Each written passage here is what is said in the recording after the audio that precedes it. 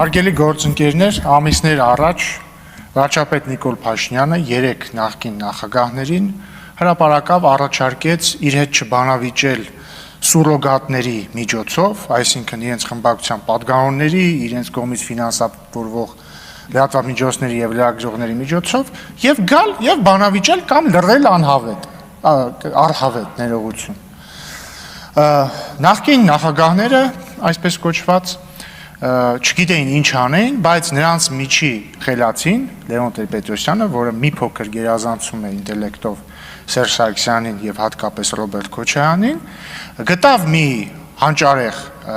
ասելիք եւ ասեց. հրապարակեք բանակցային փաստաթղթերը եւ այդպես։ Ի պատասխան բանավեճի հրավերի ասեց դու հրապարակի բանակցային փաստաթղթերը։ Դե ինչ, սիրելի 3 նախագահներ, այսպես կոչված, բանակցային փաստաթղթերը այսօր հրապարակվեցին եւ ըստ էության դուք կամ պիտի գաք Փաշինյանի հետ բանավեճի, կամ լռեք առհավետ, կամ խայտառակ լինեք, բայց իրականում այդ խայտառակ լինելը բոլոր դեպքերում է լինելու, որտեղ որ գաք էլի խայտառակ եք լինելու, ընտրությունը ձերն է, սպասում ենք։